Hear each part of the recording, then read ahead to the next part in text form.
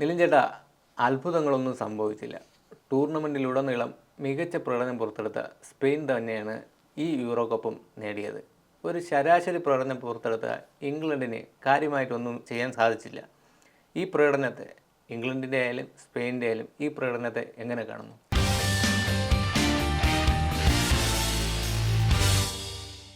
എന്തായാലും സ്പെയിൻ്റെ വിജയം ഏതാണ്ട് പ്രതീക്ഷിച്ചതാണ്. കാരണം അത്രയും മികച്ച രീതിയിലുള്ള ഒരു ക്ലിനിക്കൽ പെർഫോമൻസ് ആയിരുന്നു സ്പെയിൻ്റെ ഭാഗത്തു നിന്ന് തുടക്കം മുതൽ.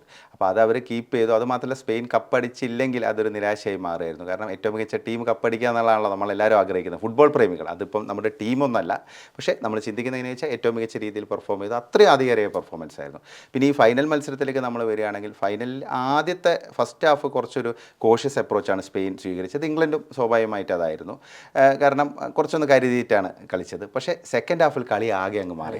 47-ാം മിനിറ്റിലെ ഗോൾ വന്നതോടുകൂടി സ്പെയിൻ വീണ്ടും അവരുടെ ഒരു ഫുൾ ഡൊമിനേഷനിലേക്ക് മാറി. സ്പെയിൻ്റെ ആ ഗോളെന്ന് പറഞ്ഞാൽ 47-ാം മിനിറ്റിൽ അവരുടെ ഏറ്റവും വലിയ പ്രോമിസിംഗ് ആയുള്ള 2 യുവതാരങ്ങളുടെ ആ സഖ്യം, അതിൽ നിന്ന് തന്നെയാണ് അത് വന്നത്. ലെമിനെ യാമലും പിന്നെ നിക്കോ വില്യംസും കൂടെ ചേർന്നുള്ള നീക്കം. നിക്കോ വില്യംസിൻ്റെ നല്ലൊരു ലോങ് അല്ല, ഒരു നല്ലൊരു ഷോട്ടായിരുന്നു, ലോ ആംഗിളിലുള്ള ഒരു ഷോട്ടായിരുന്നു. പക്ഷേ അത് വളരെ നല്ലൊരു ഇൻ്റലിജൻ്റ് ആയുള്ള ഷോട്ടായിരുന്നു. പ്രത്യേകിച്ചിട്ട് പിക്ഫോർഡിന് കാര്യമായിട്ടൊന്നും ചെയ്യാൻ പറ്റിയില്ല. അങ്ങനെ അത് മികച്ചൊരു പാസ് കൂടിയായിരുന്നു ലെമിനെ യാമലിൻ്റെ 4ാമത്തെ അസിസ്റ്റാണ്. അപ്പം ആ രീതിയിൽ ആ ഗോൾ വന്നതോടുകൂടി പക്ഷേ നമ്മൾ പ്രതീക്ഷിച്ചത് സ്പെയിൻ ഡൊമിനേറ്റ് ചെയ്ത് കളിക്കുന്നു. അതിനുശേഷം സ്പെയിന് 2 മികച്ച അവസരങ്ങളുണ്ടായിരുന്നു. യാമലിൻ്റെ 2 അവസരങ്ങളും പിക്ഫോർഡ് സേവ് ചെയ്യുകയുണ്ടായത്. അപ്പോൾ അത് കഴിഞ്ഞപ്പോൾ നമ്മൾ ഇംഗ്ലണ്ടിന് തിരിച്ചു വരുമോ എന്നുള്ളൊരു പ്രതീക്ഷ നമുക്ക് അധികം ഉണ്ടായിരുന്നില്ല. കാരണം പ്രത്യേകിച്ച് ഫൈനലാണ്, പ്രഷർ സിറ്റുവേഷൻ വരുമ്പോൾ ഇംഗ്ലണ്ട് പൊതുവേ ഒരു തിരിച്ചുവരവ് അങ്ങനെ കാണാറില്ല. പക്ഷേ കഴിഞ്ഞ മത്സരങ്ങളിലൊക്കെ സെമിയിലൊക്കെ നെതർലാൻഡ്സിനെതിരെയൊക്കെ അവർ അത് ഒരു തിരിച്ചുവരവ് നടത്തിയിരുന്നു. പക്ഷേ അതുപോലെ തന്നെ സംഭവിച്ചു. കോൾ പാമറിൻ്റെ ഒരു ഗോൾ വന്നു. അതും ഒരു യങ് കോമ്പിനേഷൻ ആയിരുന്നു. സാക്കയും ബെല്ലിംഗാമും കൂടെ ചേർന്നുള്ള ഒരു നീക്കത്തിനൊടുവിലായിരുന്നു കോൾ പാമർ. നല്ല നീക്കമായിരുന്നു. കോൾ പാമർ ആണെങ്കിൽ സബ്സ്റ്റിറ്റ്യൂട്ടായി വന്നതാണ്. കഴിഞ്ഞ മത്സരത്തിൽ അദ്ദേഹം സബ്ബായി വന്നിട്ട് അസിസ്റ്റ് കൊടുത്തിരുന്നു ഗോളിൻ്റെ. അപ്പോൾ അങ്ങനെ നോക്കുമ്പോൾ മത്സരം 1-1 വന്നു, ആവേശകരമായി. അപ്പം സ്വാഭാവികമായിട്ട് ഈ മത്സരം പെനൽറ്റി ഷൂട്ടൗട്ടിലേക്ക് അല്ലെങ്കിൽ എക്സ്ട്രാ ടൈമിൽ പോയി പിന്നെ പെനൽറ്റി ഷൂട്ടൗട്ടിലേക്ക് പോകുമെന്ന് പ്രതീക്ഷിച്ചു. പക്ഷേ 86-ാം മിനിറ്റിൽ ഒയർസബാലിൻ്റെ ആ ഗോൾ, അതാണെങ്കിൽ സ്പെയിനിൻ്റെ കിരീടം നേടിക്കൊടുക്കുന്ന വിന്നർ ഗോളായി മാറി. അപ്പോൾ അതും മികച്ചൊരു ഗോളായിരുന്നു. ഈ ഗോൾ വന്നതോടുകൂടി പിന്നെ നമുക്കറിയാം കളി ഇനിയിപ്പം തിരിച്ചൊന്നും സംഭവിക്കില്ല എന്നുള്ളത്. പിന്നെ ഇംഗ്ലണ്ടിനെ സംബന്ധിച്ച് പറയുകയാണെങ്കിൽ, ഇംഗ്ലണ്ട് പൊതുവേ ഈ മത്സരം അല്ല, ഇപ്പം നമ്മൾ നോക്കുകയാണെങ്കിൽ ഈ ടൂർണമെൻറ്റ് മൊത്തം നോക്കുകയാണെങ്കിൽ അവരുടെ ഒരു ആവറേജ് പെർഫോമൻസ് ആയിരുന്നു. ഇപ്പം സെമിയിൽ നെതർലാൻഡ്സിനെതിരെ അത്യാവശ്യം നല്ലൊരു പെർഫോമൻസ്. അത് മാറ്റി നിർത്തുകയാണെങ്കിൽ ഇംഗ്ലണ്ടിൻ്റെ ഭാഗത്തൊന്നും ഉണ്ടായിട്ടില്ല. പിന്നെ നമ്മൾ മത്സരത്തിലോട്ട് വന്നു കഴിഞ്ഞാൽ ഒരു കംപ്ലീറ്റ് ഡോമിനേഷൻ ആയിരുന്നു. ചേട്ടൻ പറഞ്ഞ പോലെ ഫസ്റ്റ് ഹാഫ് കുറച്ച് ഇഴഞ്ഞ് നീങ്ങിയെങ്കിലും പിന്നീട് അങ്ങോട്ട് കംപ്ലീറ്റ് സ്പെയിൻ്റെ ഒരു ഡോമിനേഷനാണ് കണ്ടത്.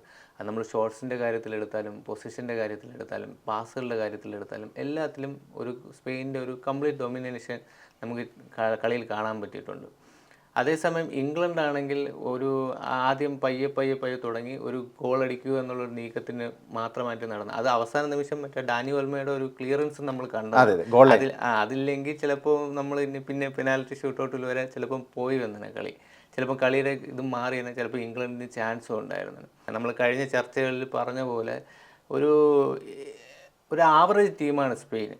ആവറേജ് ടീമായിരുന്ന സ്പെയിനിനെ ഇത്രയും ഒരു മികച്ച പ്രകടനം പുറത്തെടുക്കാൻ സാധിച്ചില്ല. അത് കോച്ചിൻ്റെ ഒരു പങ്ക് നിർണായകമാണ്. തീർച്ചയായിട്ടും അദ്ദേഹത്തിൻ്റെ ഒരു റോൾ വളരെ ഇമ്പോർട്ടൻ്റ് ആണ്. കാരണം അദ്ദേഹം ആ രീതിയിലുള്ള ഒരു പ്രൊഫൈലുള്ള കോച്ചാണ്. കാരണം യങ് പ്ലെയേഴ്സിനെ ഒരുപാട് ഡെവലപ്പ് ചെയ്ത് ഇന്ന് സ്പെയിനിന് വേണ്ടി കളിക്കുന്ന പല യങ് പ്ലെയേഴ്സിനെ മെൻറ്റർ ചെയ്ത് കൊണ്ടുവന്നത് ലൂയിസ് ഡെലഫോണ്ടെയാണ്. അപ്പോൾ അദ്ദേഹത്തിന് ആ റോളുണ്ട്. കാരണം അണ്ടർ-17, അണ്ടർ-19, അണ്ടർ-21 കോച്ചൊക്കെ ആയിരുന്നു സ്പെയിനിൻ്റെ. അപ്പോൾ ആദ്യം കുറച്ച് ആൾക്കാരൊക്കെ വിമർശിച്ചിരുന്നു അദ്ദേഹത്തിന് ഒരു മേജർ ടീമിനെ പരിശീലിപ്പിച്ച് പരിചയം ഒരു സീനിയർ സൈഡിനെ പരിശീലിപ്പിച്ച് അദ്ദേഹത്തിന് ഇതില്ല എന്നൊക്കെ പറഞ്ഞിരുന്നു. പക്ഷേ അതൊക്കെ ഇപ്പം കാറ്റിൽ പറത്തുന്ന രീതിയിൽ റിസൾട്ടാണ് വന്നിരിക്കുന്നത്. കുറേ യുവ താരങ്ങളെ ടീമിലോട്ട് കൊണ്ടുവന്നു. അതെ, നല്ലൊരു ട്രാൻസിഷൻ ആയിരുന്നു. കാരണം കഴിഞ്ഞ ലോകകപ്പിലെ ഒരു പരാജയം വലിയൊരു പരാജയമായിരുന്നു. കാരണം പ്രീ ക്വാർട്ടർ മൊറോക്കോ പോലത്തെ ഒരു ടീമിനോട് പരാജയപ്പെട്ടു, സ്പെയിൻ പുറത്തു പോകുന്നു. അപ്പോൾ ഇത്രയും മികച്ച ടീമായിട്ട് പോലും അവർക്ക് 70% പൊസിഷനൊക്കെ ഉണ്ടായിരുന്നു. എന്നിട്ട് ആകെ ഒരൊറ്റ ഷോട്ടാണ് പ്രീ ക്വാർട്ടറിൽ അടിക്കാൻ പറ്റിയത്. അപ്പോൾ ആ ഒരു ദയനീയ അവസ്ഥയിൽ നിന്ന് സ്പെയിനിന് ഒരു തിരിച്ചുവരവിലേക്ക് കൊണ്ടുവരാൻ, അതെ, ഒരു ഫ്രീ ഫ്ലോ ഉള്ള അറ്റാക്ക്, നോർമൽ അറ്റാക്കിലേക്ക് ഇപ്പം ബിൽഡപ്പ് ചെയ്യുകയാണെങ്കിൽ നല്ല രീതിയിലുള്ള ഒരു ബിൽഡപ്പ്, അല്ലെങ്കിൽ വിങ്ങിൽ കൂടിയുള്ള അറ്റാക്കുകൾ എല്ലാം നടത്താൻ പറ്റുന്ന രീതിയിലൊരു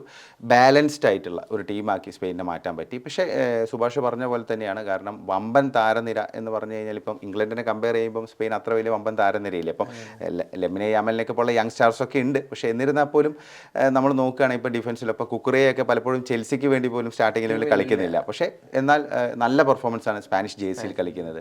അപ്പോൾ അങ്ങനെയൊക്കെയുള്ള ഒരുപാട് പ്ലെയേഴ്സിനെ ഇദ്ദേഹം കോൺഫിഡൻസ് കൊടുത്തു. പിന്നെ അവരുടെ ഒരു ഡിഫൻസ് ആണെങ്കിലും ഇപ്പം ലപ്പോട്ടയൊക്കെ ഇപ്പോൾ നിലവിൽ സൗദി ലീഗിലാണ് കളിക്കുന്നത്. പക്ഷേ ഇവിടെ വന്ന് എത്ര മികച്ച രീതിയിൽ അദ്ദേഹം കളിക്കുന്നു. മാൻ സിറ്റിക്ക് വേണ്ടി കളിച്ച പ്ലെയറാണ്, ബട്ട് സ്റ്റിൽ. അപ്പോൾ അങ്ങനെ നോക്കുമ്പം നല്ലൊരു ബാലൻസ്ഡ് ടീമിന് അദ്ദേഹത്തിന് വാർത്തെടുക്കാൻ പറ്റി. അപ്പോൾ അത് റിസൾട്ടിലുണ്ടായി. പിന്നെ എന്ന് പറഞ്ഞാൽ ഇത്രയും നല്ല ഒരു കൺസിസ്റ്റൻ്റ് ആയുള്ള പെർഫോമൻസാണ് സ്പെയിൻ്റെ ഭാഗത്ത് നിന്ന്. ഇപ്പം ആരൊക്കെയാണ് സ്പെയിൻ പരാജയപ്പെടുത്തിയത് നമ്മൾ നോക്കണം. ജർമ്മനിയെ തോൽപ്പിച്ചു, ഇറ്റലിയെ തോൽപ്പിച്ചു, നിലവിലെ ചാമ്പ്യന്മാരായ ഇറ്റലിയെ തോൽപ്പിച്ചു. അത് കൂടാതെ ഫ്രാൻസിനെ സെമിയിൽ വീഴ്ത്തി, ക്രൊയേഷ്യയെ തോൽപ്പിച്ചു. അതിൽ ജർമ്മനിയായിട്ടുള്ള ഒരു മത്സരം മാത്രം നല്ലൊരു ടഫ് കോമ്പറ്റീഷനാണ്. ബാക്കിയെല്ലാം സ്പെയിനിൻ്റെ ഒരു നല്ലൊരു നീക്കവും നല്ലൊരു ഗെയിമുമാണ് കളിച്ചത്. അപ്പോൾ നമ്മൾ സ്പെയിനിൻ്റെ കാര്യം പറഞ്ഞ് ഇനി നമ്മൾ ഇംഗ്ലണ്ടിൻ്റെ കാര്യത്തിലോട്ട് വരുമ്പോൾ ഇംഗ്ലണ്ടിൻ്റെ പ്രകടനം എത്രത്തോളം ഉണ്ടായിരുന്നു ഈ ടൂർണമെൻറ്റിൽ, ഇല്ലെങ്കിൽ ഈ ഫൈനലായാലും. അതായത് ഇംഗ്ലണ്ടിൻ്റെ പ്ലേയേഴ്സിൻ്റെ കാര്യത്തിൽ മാത്രമല്ല, നമ്മളത് കോച്ചിൻ്റെ കാര്യവും പറയേണ്ടിയിരിക്കും, സൗത്ത് ഗേറ്റിൻ്റെ കാര്യവും പറയേണ്ടിയിരിക്കുന്നു. എങ്ങനെയുണ്ട് ചേട്ടാ ഇംഗ്ലണ്ടിൻ്റെ ഈ പ്രകടനം വെച്ച് അവർക്ക് മുന്നോട്ട് പോകാൻ പറ്റും, അല്ലെങ്കിൽ സൗത്ത് ഗേറ്റിനെ വെച്ചുകൊണ്ട് ഇംഗ്ലണ്ടിനെ മുന്നോട്ട് കൊണ്ടുപോകാൻ പറ്റും? വലിയൊരു ഹൈപ്പ് ഉണ്ടായിരുന്നു ഇത്തവണ. ഇറ്റ്സ് കമ്മിങ് ഹോം എന്നുള്ള രീതിയിൽ ഇംഗ്ലണ്ടിൽ വലിയ രീതിയിൽ ആഘോഷമൊക്കെ തുടങ്ങിയിരുന്നു. അതുമാത്രമല്ല അവധി വരെ ഹാഫ് ഡേ കൊടുക്കും എന്നുള്ള രീതിയിലൊക്കെ ആയിരുന്നു. പക്ഷേ ഇത്തവണയും നിരാശ തന്നെയാണ് സംഭവിച്ചിരിക്കുന്നത്. അപ്പോൾ കഴിഞ്ഞ തവണ സംഭവിച്ചറിയല്ലോ. കാരണം അതേപോലെ തന്നെ കാരണം കഴിഞ്ഞ തവണ ഒരു പെനൽറ്റി ഷൂട്ടൗട്ട് വരെയെങ്കിലും മത്സരം എത്തി. ഇത്തവണ അതുപോലെ എത്തിയില്ല. നമ്മൾ ആദ്യം ഇൻട്രോയിൽ പറഞ്ഞതുപോലെ അത്ഭുതങ്ങളൊന്നും സംഭവിച്ചില്ലെന്നാണ് പറഞ്ഞത്. പിന്നെ എന്തുകൊണ്ടാണ് അവർ ഉച്ചവരെ അവധി കൊടുത്തതെന്ന് നമുക്കറിയില്ല. അല്ല, അവരുടെ പ്രതീക്ഷയായിരുന്നു. പക്ഷേ നമ്മൾ ആലോചിക്കേണ്ടത് ഇംഗ്ലണ്ട് എത്രത്തോളം ഡിസേർവ് ചെയ്യുന്നുണ്ടുള്ളതാണ്. കാരണം ഇംഗ്ലണ്ടിൻ്റെ പെർഫോമൻസ് എന്ന് പറഞ്ഞാൽ ആദ്യത്തെ പ്രിലിമിനറി റൗണ്ടിൽ നമ്മൾ നോക്കുകയാണെങ്കിൽ ഗ്രൂപ്പ് സ്റ്റേജ് ആദ്യത്തെ 3 മത്സരങ്ങളിൽ വളരെ വളരെ നോർമലായുള്ള പെർഫോമൻസ് ആയിരുന്നു. ആദ്യ മത്സരത്തിൽ ജസ്റ്റ് 1-0 സെർബിയെ തോൽപ്പിച്ച്, രണ്ടാമത്തെ മത്സരത്തിൽ ഡെൻമാർക്കിനോട് 1-1 സമനില, പിന്നെ വീണ്ടും സ്ലൊവീനിയനോട് ഒരു സമനില. പ്രീ ക്വാർട്ടർ ആണെങ്കിലും ക്വാർട്ടർ ആണെങ്കിലും അത്ര ആധികാരികമൊന്നായിരുന്നില്ല. പിന്നെ വരുന്നത് സെമിയിലെ മത്സരമാണ് പിന്നെയെങ്കിൽ നമുക്ക് എടുത്ത് പറയാൻ പറ്റും. പക്ഷേ എന്നാലും നെതർലാൻഡ്സ് അത്ര വലിയൊരു മികച്ച പഴയ രീതിയിലുള്ള ഒരു ടീമൊന്നുമല്ല. അല്ലല്ല, വളരെ മോശമായി. കാരണം ബെസ്റ്റ് ഓഫ് 3-ലേറ്റാണ് അവർ ക്വാളിഫൈ തന്നെ ചെയ്തത്. അപ്പോൾ അതൊക്കെ നോക്കുമ്പോൾ മൊത്തത്തിൽ നമ്മൾ പറയുമ്പം ഇംഗ്ലണ്ട് ഒരിക്കലും ഒരു പ്രോമിസിങ് ആയില്ല. ഇത്രയും മികച്ച നിരയുണ്ടായിട്ട് ഇപ്പോൾ ബെല്ലിംഗാം ഉണ്ട്, സാക്കയുണ്ട്, ഹാരി കെയിനെ പോലത്തെ ഇത്രയും എക്സ്പീരിയൻസ് ആയ ഒരു ഗോൾ വേട്ടക്കാരൻ. ചേട്ടാ അതിലൊരു ഇൻട്രസ്റ്റിംഗ് ആയിട്ടുള്ളൊരു കാര്യമുള്ളത്, യമാലിന് ഒരു ഇന്റർനാഷണൽ 17 വയസ്സേ ഉള്ളൂ. അപ്പം ഇംഗ്ലണ്ടിൻ്റെ ലെജൻഡ് എന്ന് തന്നെ പറയാം, ഹാരി കെയിന് ഒരു ട്രോഫി ഇല്ല. 31 വയസ്സായി. അദ്ദേഹം കളിക്കളം വിട്ടുപോകുമ്പോൾ തന്നെ നമുക്കത് കാണുമ്പോൾ തന്നെ അദ്ദേഹത്തിൻ്റെ നിരാശ നമുക്ക്. കെയിൻ ആകെ മൊത്തം ഒരു ഇൻഫോം അല്ലായിരുന്നു ഈ ഒരു ടൂർണമെൻറ്റിൽ. നമ്മൾ നോക്കുകയാണെങ്കിൽ കെയിൻ്റെ ഭാഗത്ത് നിന്ന് ആ രീതിയിലുള്ള ഇടപെടലൊന്നും ഉണ്ടായിരുന്നില്ല. കെയിൻ്റെ ശരിക്കും ഒരു പ്രൊളിഫിക് ഗോൾ സ്കോർ എന്നുള്ള രീതിയിലുള്ള റോള് പലപ്പോഴും ഉണ്ടായിട്ടില്ല. പിന്നെ ബെല്ലിംഗാമിനെ ആണെങ്കിലും വേണ്ടത്ര രീതിയിൽ യൂട്ടിലൈസ് ചെയ്യാൻ സൗത്ത് ഗേറ്റിന് പറ്റിയിട്ടില്ല. സൗത്ത് ഗേറ്റിൻ്റെ ഏറ്റവും വലിയ പ്രോബ്ലം എന്താ വെച്ചാൽ ഒന്ന് അമിതമായിട്ടുള്ള ഡിഫൻസീവ് മൈൻഡ് സെറ്റാണ്. ബേസിക്കലി ഇത്രയും അറ്റാക്കിംഗ് സ്കില്ലുള്ള ഒരു ടീമിനെ, ലോകത്തെ തന്നെ ഏറ്റവും മികച്ച ഒരു നിര എന്ന് പറയാൻ പറ്റിയ ഒരു ഇതാണ്. ക്ലബ് ഫുട്ബോളിലെ രാജാക്കന്മാരാണ് എല്ലാവരും. അപ്പോൾ ഇത്രയും വൈവിധ്യമുള്ള എല്ലാ പൊസിഷനിലും മികച്ച പെർഫോമൻസ് കാഴ്ചവെക്കാൻ പറ്റുന്ന ഒരു പറ്റം കളിക്കാരും യുവത കളിക്കാരൊക്കെ ഉണ്ടായിട്ട് അത് യൂട്ടിലൈസ് ചെയ്യാൻ സൗത്ത് ഗേറ്റിന് ഇപ്പോഴും സാധിക്കുന്നില്ല. കാരണം കഴിഞ്ഞ ടൂർണമെൻറ്റുകളിലൊക്കെ, ഇപ്പോൾ കഴിഞ്ഞ ലോകകപ്പിലെ ആണെങ്കിലും അല്ലെങ്കിൽ അതിന് മുമ്പ് നടന്ന യൂറോ കപ്പിലേക്ക് അബദ്ധങ്ങൾ അദ്ദേഹം വീണ്ടും കാണിക്കുകയാണ്. അദ്ദേഹത്തിൻ്റെ ഫോർമേഷനൊക്കെ കണ്ടാൽ തന്നെ നമുക്കറിയാം. കാരണം ഒരു അമിതമായുള്ള ഡിഫെൻസീവായുള്ള ഒരു അപ്രോച്ചാണ്. കാരണം അദ്ദേഹം ഒരു മത്സരത്തെ തന്നെ സമീപിക്കുമ്പോൾ ആദ്യം തന്നെ ഒരു കോഷ്യസ് അപ്രോച്ചാണ്. അതായത് കരുതിയിരിക്കുക, ഞങ്ങൾ എന്തായാലും ഗോൾ വഴങ്ങാതെ നോക്കുക, ഗോൾ അടിക്കാൻ താല്പര്യമില്ല എന്നുള്ള രീതിയിൽ. എന്നാൽ ഒരു ഗോൾ വീണാലൊക്കെ ചിലപ്പം ഉണർന്ന് കളിക്കുകയും ചെയ്യും. പക്ഷേ ആ ഒരു സ്ട്രാറ്റജിയൊക്കെ വെച്ച് എങ്ങനെ മുന്നോട്ട് പോകും? എൻ്റെ അഭിപ്രായം അതാണ്. ഈ പ്ലേയേഴ്സിനെയും കാട്ടി ഞാൻ ഏറ്റവും കൂടുതൽ കുറ്റം പറയുന്നതും അത് സൗത്ത് ഗേറ്റിനാണ്. നമ്മൾ വേണമെങ്കിൽ കഴിഞ്ഞുള്ള എല്ലാ മെയിൻ ടൂർണമെൻറ്റിലും നമ്മൾ എന്തെങ്കിലുമൊക്കെ പറയും പുള്ളിയെക്കുറിച്ച്, എന്തെങ്കിലും കുറ്റം. കാരണം പുള്ളിയുടെ ഭാഗത്ത് എന്തെങ്കിലും വീഴ്ചകൾ കാണും. ഇംഗ്ലണ്ട് പുറത്താവുന്നതിലായാലും എന്തെങ്കിലും, കഴിഞ്ഞ് നമ്മൾ മെയിൻ ടൂർണമെൻറ്റുകളിലെല്ലാം എടുത്താലും ഇതിലായാലും പ്ലേയേഴ്സിനെ ക്കാളും ഒരു വിന്നിങ് മെന്റാലിറ്റി സൗത്ത് ഗേറ്റിന് പോലും ഇല്ലായിരുന്നു. അത്രയ്ക്കൊരു ദയനീയ പ്രകടനമായിരുന്നു. ചില ഇംഗ്ലണ്ട് ഫാൻസ് അത് പറയും ചെയ്തു. അത് ഒരാളെ സബ്സ്റ്റിറ്റ്യൂട്ട് ചെയ്യുന്നതിലും പ്ലേയേഴ്സിനെ മാറ്റി പരീക്ഷിക്കുന്നതിലും പൂർണ്ണ പരാജയമായിരുന്നു സൗത്ത് ഗേറ്റ്. ഈ പാൽമറിൻ്റെ കേസ് തന്നെ പറയാം, അല്ലെങ്കിൽ മൈനുവിൻ്റെ കേസ് തന്നെ ആദ്യം സബ്സ്റ്റിറ്റ്യൂട്ടായിട്ടാണ് കളിച്ചുകൊണ്ടിരുന്നത്. അപ്പം മീഡിയകളും ആരാധകരും എല്ലാം വലിയ പ്രശ്നം ഉണ്ടാക്കിയതിന് ശേഷമാണ് മൈനു ഫസ്റ്റ് 11 വരുന്നത്. തുടർന്ന് മൈനുവിൻ്റെ ഒരു മികച്ച പ്രകടനമാണ് നമ്മൾ കണ്ടത്. അതുപോലെ തന്നെ പാൽമറിന് ചാൻസ് കൊടുക്കുന്നില്ല എന്ന് പറഞ്ഞ് ഒരുപാട് പ്രശ്നമുണ്ടായി. അതായത് എനിക്ക് തോന്നുന്നത് ശരിയാണെന്നറിയില്ല, സൗത്ത് ഗേറ്റിന് സ്വന്തമായിട്ടൊരു തീരുമാനമില്ല. പുള്ളി ഈ മീഡിയകളും ആരാധകരും എന്തു പറയുന്നു, അവരുടെ സമ്മർദ്ദം കൂടുമ്പോൾ മാത്രമാണ് അദ്ദേഹം എന്തെങ്കിലും ഒരു പരീക്ഷണം നടത്തുന്നത്. നമ്മൾ ഈ ടൂർണമെൻറ്റിൽ ഉടനീളം പരിശോധിച്ച് നോക്കിക്കഴിഞ്ഞാൽ വലിയ മാറ്റങ്ങളൊന്നും ഇംഗ്ലണ്ട് ടീമിൽ കാര്യമായി ഉണ്ടായില്ല.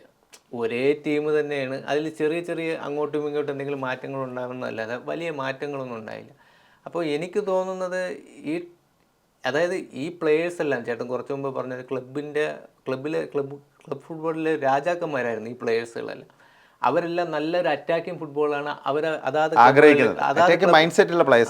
ക്ലബ്ബുകളിൽ അവർ കളിക്കുന്നതാണ്. ഇപ്പോൾ റയലിൽ ബെല്ലിംഗ്ഹാം ആയാലും, കെയ്ന് ബേൺ മ്യൂണിക്കിലായാലും, ഫോഡൻ മാഞ്ചസ്റ്റർ സിറ്റി ആയാലും, ബുക്കായോ സാക്ക ആഴ്സണലിലായാലും അവരെല്ലാം നല്ലൊരു അറ്റാക്കിംഗ് ഫുട്ബോളാണ് കളിക്കുന്നത്.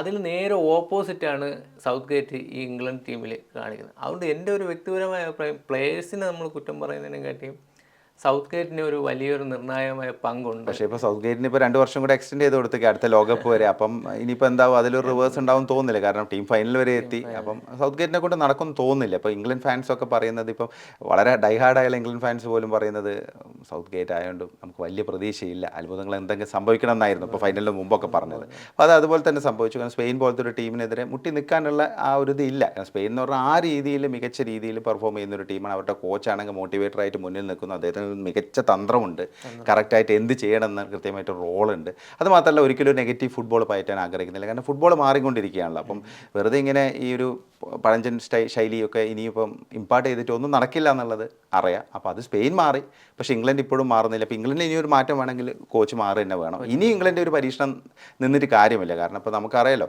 2018 വേൾഡ് കപ്പ് മുതലാണ് ഈ യാത്ര. 2018 സെമിയിലെത്തി, അത് വലിയൊരു നേട്ടമായിരുന്നു. അതിനുശേഷം അതാണെങ്കിൽ പോലും 2021 വീണ്ടും എന്താ പറയുക യൂറോയുടെ ഫൈനൽ വരെ എത്തി, വീണ്ടും ഒരു യൂറോയുടെ ഫൈനലിലെത്തി. പക്ഷേ ഇനിയും കപ്പ് നേടാൻ പറ്റുന്നില്ല. കാരണം 1966 ഇംഗ്ലണ്ട് അവസാനമായിട്ട് കിരീടം നേടിയ ലോകകപ്പ്. അപ്പോൾ അതിനുശേഷം എത്ര ഗ്യാപ്പ് വന്നുള്ള എൻ്റെ അറിവിൽ ഇത്രയും സപ്പോർട്ട് ചെയ്ത ഒരു ക്ലബ്ബ് പോലും ഉണ്ടാവുമെന്ന് തോന്നുന്നില്ല. സൗത്ത് ഗേറ്റിന് ഇപ്പം ഇംഗ്ലണ്ട് എന്ന് പറയുന്ന രാജ്യം അല്ലെങ്കിൽ ഫുട്ബോൾ ഫെഡറേഷൻ ഇത്രയും രീതിയിൽ സപ്പോർട്ട് ചെയ്ത മറ്റൊരു രാജ്യമോ മറ്റൊരു ക്ലബ്ബോ ഉണ്ടാവുന്നില്ല. നമുക്കതെല്ലാം വിടാം. ഇനി നമ്മൾ കാര്യത്തിലോട്ട് വന്നു കഴിഞ്ഞാൽ സ്പെയിനിനെ പറ്റി വീണ്ടും നമുക്ക് പറഞ്ഞു കഴിഞ്ഞാൽ, സ്പെയിനിൻ്റെ ഈ ഒരു പ്രകടനം, നമ്മുടെ ഈ യൂറോ കപ്പിലെ ഫൈനൽ വരെയുള്ള പ്രകടനം, ഇപ്പോൾ 2026 വേൾഡ് കപ്പ് ഇനി 2 വർഷമേ ഉള്ളൂ. അപ്പോൾ ഈ മറ്റ് ടീമുകൾക്ക്, അതായത് യൂറോപ്പ് വിട്ടുള്ള മറ്റ് ടീമുകൾക്ക് ഒരു വെല്ലുവിളിയാകുമോ? അതായത് സ്പെയിന് നല്ലൊരു പരീക്ഷണവും ഈ യൂറോ കപ്പിൽ നേരിട്ടിട്ടുണ്ട്. അതായത് ചെറിയ ചെറിയ ടീമുകൾ ജയിച്ചല്ല അവർ ഫൈനലിൽ വന്നത്, എല്ലാം മെയിൻ ടീമുകളെ പരാജയപ്പെടുത്തിയാണ് അവർ വന്നത്. അപ്പോൾ മറ്റ് ടീമുകൾ, മറ്റ് യൂറോപ്പിന് വെളിയിലുള്ള മറ്റ് ടീമിനും, ഇപ്പോൾ ലാറ്റിൻ അമേരിക്കൻ ടീമുകളായാലും ഇവർക്കെല്ലാം ഒരു വെല്ലുവിളിയാകാൻ അടുത്ത വേൾഡ് കപ്പിൽ ഞങ്ങൾ വരുന്നടാ എന്ന് പറയാനുള്ള ഒരു ചങ്കൂറ്റം ഇപ്പോൾ ഉറപ്പായിട്ടും ഉണ്ടല്ലോ. കാരണം ഒന്ന് സ്പെയിനിൽ ടാലൻറ്റിന് യാതൊരു കുറവില്ല. പിന്നെ രണ്ടാമത്തെ ഏറ്റവും സ്ട്രോങ്ങസ്റ്റ് ലീഗുള്ള രാജ്യമാണ്. അതുമാത്രമല്ല അവിടെ യങ് ടാലൻസ് ഒരുപാട് വരുന്നുണ്ട്, നിരവധി താരങ്ങൾ വരുന്നുണ്ട്. ഇപ്പം under-17, under-19 ലെവലിലൊക്കെ ഒട്ടുമിക്ക വളരെ ക്ലാസ്സുള്ള പ്ലെയേഴ്സ് വരുന്നുണ്ട്. അപ്പോൾ ഇപ്പം യമലിനൊക്കെ തന്നെ ആകെ 17 വയസ്സേ ആയിട്ടുള്ളൂ. അപ്പോൾ നിക്കോ വില്യംസ് ആണെങ്കിൽ, അപ്പോൾ ഇങ്ങനെ ഒരുപാട് താരങ്ങളുണ്ട്. പിന്നെ ഗാവിയും പെദ്രയും നമ്മൾ വിസ്മരിക്കരുത്. അപ്പോൾ ഇവരെല്ലാവരും കൂടെ ചേർന്ന് ഒരു ഫുൾ സ്ട്രെങ്ത് എന്ന് പറഞ്ഞാൽ മികച്ച ടീം തന്നെയാണ്. അതുപോലെ ഇനിയും കുറേ താരങ്ങൾ വരാൻ സാധ്യതയുണ്ട്. അപ്പോൾ അതുകൊണ്ട് തന്നെ അടുത്ത വേൾഡ് കപ്പ് എന്ന് പറയുമ്പം സ്പെയിൻ ശരിക്കും ഒരു ഫേവറേറ്റ്സ് ആവാൻ സാധ്യതയുള്ള ഒരു ലൈനിലേക്ക് പോയിരിക്കണം. ആ രീതിയിലേക്ക് അവർ പൊസിഷൻ ചെയ്തിട്ടുണ്ട്. അത് എല്ലാ ക്രെഡിറ്റും കോച്ചിന് തന്നെയാണ്. കാരണം ഡെല ഫോണ്ടൊക്കെയാണ്. കാരണം അദ്ദേഹം വന്ന സമയത്ത് ഒരുപാട് പേര് വിമർശനമൊക്കെ ഉന്നയിച്ചിരുന്നെങ്കിലും അതൊക്കെ അദ്ദേഹം ശരിക്കും കാറ്റിൽ പറത്തിക്കൊണ്ടുള്ളൊരു മികച്ച പെർഫോമൻസ്. കാരണം വളരെ ചുരുങ്ങിയ കാലഘട്ടത്തിനുള്ളിൽ ടീമിനെ സെറ്റ് ചെയ്യാൻ അദ്ദേഹം സാധിച്ചു. എന്താണ് സ്പെയിനിന് വേണ്ട കാലഘട്ടത്തിൻ്റെ ആവശ്യത്തിനനുസരിച്ച് കളി മാറ്റുക എന്നുള്ളത്, അല്ലാതെ ഞങ്ങൾ ഇങ്ങനെ കളിക്കുകയുള്ളൂ എന്നുള്ള രീതിയിലൊന്നും ചിന്തിച്ചിട്ട് കാര്യമില്ല. കാരണം പൊസിഷൻ ഗെയിമിൻ്റെയൊക്കെ കാലം കഴിഞ്ഞല്ലോ. ഇപ്പം നമ്മൾ നോക്കേണ്ടത്, ഇപ്പോൾ കഴിഞ്ഞ ഇതിൽ നമ്മളത് പറഞ്ഞു കഴിഞ്ഞു, സ്പെയിൻ പൊസിഷൻ കുറഞ്ഞ മത്സരങ്ങളൊക്കെ ഉണ്ടായിരുന്നു. എന്നാൽ 3-0 ക്രൊയേഷ്യ തോൽപ്പിച്ചത്. പക്ഷേ 45% പൊസിഷൻ ഉണ്ടായിരുന്നുള്ളൂ. ഒന്ന് ആലോചിക്കണം. അപ്പം പ്രാക്ടിക്കൽ ഗെയിമിലേക്ക് സ്പെയിൻ മാറി എന്നുള്ളതാണ്. പിന്നെ സ്പെയിനിൻ്റെ ഒരു ടാലൻറ്റ്, അത്രയും മികച്ച രീതിയിലുള്ള ടാലൻറ്റ് നെർച്ചറി അവർക്ക് പറ്റുന്നുണ്ട്. ഇപ്പോൾ വമ്പൻ താരങ്ങളെ വെച്ചുള്ള കളിയല്ല, ടീം എഫേർട്ടാണ്. നമ്മൾ നോക്കിയറിയാം. ഇപ്പോൾ ഇവർ കളിക്കുന്നതെന്ന് പറഞ്ഞു കഴിഞ്ഞാൽ ഇപ്പം റയൽ മാഡ്രിഡും ബാഴ്സലോണയുടെയും റൈവൽറി ഒക്കെ നമുക്ക് അറിയുന്നത്. പക്ഷേ ആ റൈവൽറി ഒന്നും അവരെ ബാധിക്കുന്നില്ല. കാരണം ആ രീതിയിൽ അവർ അത്രയും ഒത്തൊരുമയോടെയാണ് കളിക്കുന്നത്. ഇപ്പം നമ്മളത് ഗ്രൗണ്ടിൽ തന്നെ കാണാം. ആ കപ്പ് നേടിയപ്പോൾ, യൂറോ കപ്പ് നേടിയപ്പോൾ അവരുടെ എല്ലാവരുടെയും ആ ഒരു മാനറിസം എന്ന് പറഞ്ഞാൽ അത്രയ്ക്കും ഒരു മികച്ച രീതിയിലുള്ള, കാരണം ഒരു വൈകാരിക നിമിഷം എന്നുള്ള രീതിയിൽ അവരതിനെ കണ്ടത്. അല്ല, എല്ലാ ടീമുകളും അങ്ങനെയൊക്കെ തന്നെയാണ്. പക്ഷേ എന്നിരുന്നാലും സ്പെയിൻ എന്ന് പറഞ്ഞാൽ കുറച്ച് പ്രശ്നങ്ങളൊക്കെ ഉള്ള രാഷ്ട്രമാണ്. അവരുടെ കുറച്ച് വൈജാത്യങ്ങളൊക്കെ ഉണ്ട്, അവർക്ക് വിവിധ വംശീയമായിട്ടുള്ള ഇഷ്യൂസൊക്കെ ഉണ്ട്. ബാസ്ക് കൺട്രി വേറെയുണ്ട്, ബാഴ്സലോണയുടെ വേറൊരു കൾച്ചറാണ്, അങ്ങനെയൊക്കെ ഉണ്ട്. പക്ഷേ എന്നിരുന്നാൽ പോലും അതൊന്നും അവർ എല്ലാം മറികടന്നുകൊണ്ടുള്ള ഒരു ടീം എന്നുള്ള രീതിയിലൊരു പെർഫോമൻസ് അവരുടെ ഭാഗത്തു നിന്നുണ്ടായിട്ടുണ്ട്.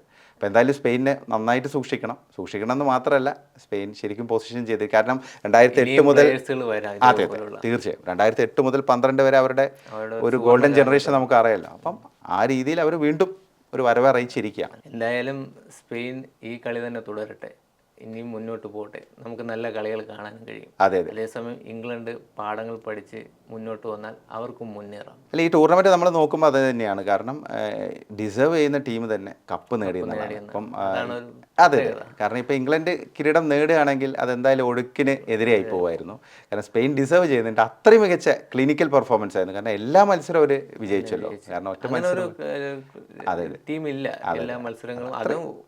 അത് വീണ്ടും വീണ്ടും പറയുന്നത്, ആ ജർമ്മനിയായിട്ടുള്ള ഒരു മത്സരം മാറ്റി നിർത്തി കഴിഞ്ഞാൽ വ്യക്തമായ ആധിപത്യത്തോടെയാണ് അവർ വിജയിച്ചു വന്നത്. ആ വിജയിച്ചു വന്ന ടീം ഫൈനലിൽ കാലിടറിയിരുന്നെങ്കിൽ നമുക്ക് ഫുട്ബോൾ, ഇംഗ്ലണ്ട് ജയിച്ച സന്തോഷമാണ്. പക്ഷെ നമുക്കിപ്പോൾ ഈ ചർച്ചകളിൽ ഇങ്ങനെ ഇരുന്ന് നമുക്ക് വാദോരാതെ സംസാരിക്കുക എന്നുള്ളത്, ഇംഗ്ലണ്ട് അതിനൊന്നും ഇല്ലല്ലോ, അവർ അർഹിച്ചിട്ടില്ല എന്നുള്ള സത്യം, ഇറ്റ്സ് എ ഫാക്ട്. ഫുട്ബോൾ പ്രേമികൾക്ക് അതൊരു നിരാശയുള്ള രാത്രിയായിരുന്നു. കാരണം അത്രയ്ക്ക് സ്പെയിൻ എന്ന് പറയുന്ന ടീമില്ലെങ്കിൽ സ്പെയിൻ എന്ന് പറയുന്ന രാജ്യം അത്രയ്ക്ക് അർഹിച്ചിരുന്നു. കാരണം അവരെ അത്രയ്ക്ക് കൊതിച്ചിരുന്നു ഈ ഒരു ട്രോഫി. ഇനിയുള്ള മുന്നേറ്റത്തിനും അതുമല്ല, ഇത്രയും യുവനിര ആ ടീമിലുള്ളപ്പോൾ അവർക്കും ഒരു വലിയ പ്രചോദനം നൽകുന്ന ഒരു സംഭവം. അത് അവർക്ക് ഇനി ക്ലബ് ഫുട്ബോളിലും അവർക്കത് കാണിക്കാനുള്ള ഒരു വഴികാട്ടിയാവും ഈ ഒരു വിജയം. തീർച്ചയായും എന്തായാലും സ്പെയിൻ്റെ വിജയം വളരെ, എന്താ പറയുക, എല്ലാ ഫുട്ബോൾ പ്രേമികൾക്കും വളരെ ഇൻട്രസ്റ്റിംഗ് ആയി തോന്നും. കാരണം അവർ ഡിസേർവ് ചെയ്യുന്ന ഒരു കിരീട വിജയം തന്നെയാണ്. പിന്നെ യൂറോ കപ്പ് അറിയാലോ, യൂറോ കപ്പിൽ ഇങ്ങനെ പരമ്പരാഗതമായ ഒരു ശക്തിയാണ് സ്പെയിൻ ഇപ്പോൾ 4ാം കിരീടമാണ് സ്പെയിൻ്റെത്. അപ്പോൾ എന്തായാലും സ്പാനിഷ് ഫുട്ബോളിൻ്റെ ഒരു തിരിച്ചുവരവ് അല്ലെങ്കിൽ ഒരു ഉയർത്തെഴുന്നേൽപ്പാണ് ഇപ്പം സംഭവിച്ചിരിക്കുന്നത്.